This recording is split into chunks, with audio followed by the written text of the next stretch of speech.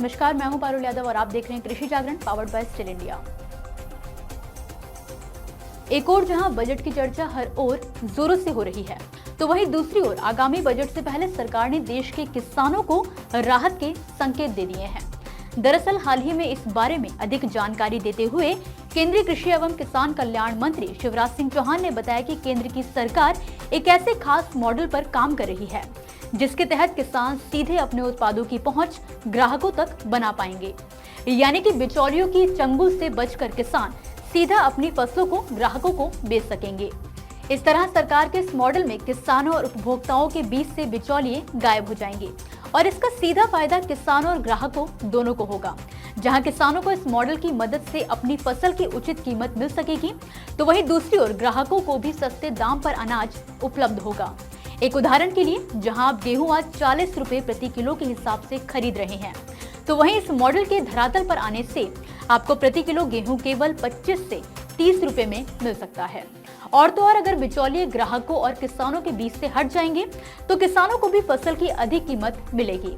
इस बारे में अधिक जानकारी देते हुए कृषि मंत्री शिवराज सिंह चौहान ने बताया कि सरकार किसानों को अपनी उपज सीधे उपभोक्ताओं को बेचने की अनुमति देने के लिए एक मॉडल पर काम कर रही है, जिससे बिचौलियों की भूमिका कम हो जाएगी।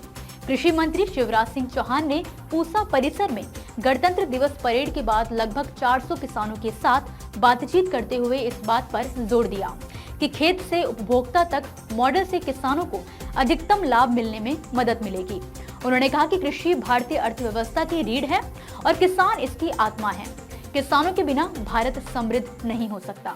हालांकि कृषि राज्य का विषय है, लेकिन केंद्र सरकार किसानों को व्यापक सहायता प्रदान करेगी। चौहान ने कहा, भारत को विकसित राष्ट्र बनाने में कृषि क्षेत्र और किसानों का योगदान अहम भूमिका निभाएगा। केंद्र के साथ साथ राज्य सरकारें भी आपका सहयोग करेंगी। उन्होंने न्यूनतम समर्थन मूल्य यानी कि MSP पर फसलों की खरीद, प्रौद्योगिकी आधारित समाधानों को बढ़ावा देने, कृषि विज्ञान केंद्रों को मजबूत करने, प्राकृतिक खेती और फसल विविधीकरण को प्रोत्साहित करने समेत चल रहे प्रयासों पर प्रकाश डाला। मंत्री ने कहा कि सरकार किसानों को सशक्त बनाने और उनकी आर्थिक स्थिति में सुधार लाने के लिए हर संभव प्रयास कर रही है।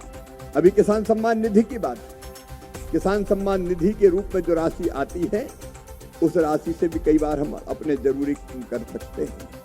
उत्पादन की लागत घटाने के अनेकों उपक्रम है, जिसमें से एक है किसान क्रेडिट कार्ड पर कम ब्याज पर किसान को कर्जा मिल जाए।